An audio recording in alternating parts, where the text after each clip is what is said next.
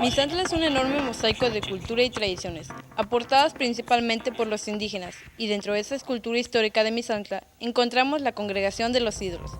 Es un importante lugar de asentamientos prehispánicos, ubicado a 4 kilómetros de la cabecera municipal.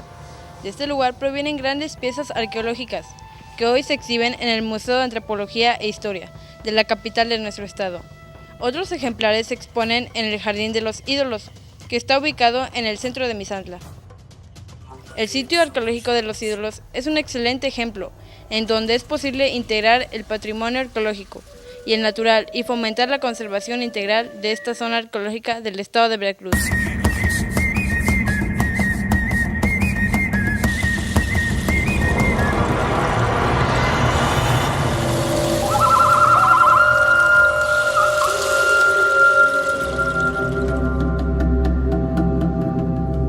Por eso invito a todos ustedes a conocer mi tierra natal y que comprueben que como la de los ídolos no hay dos.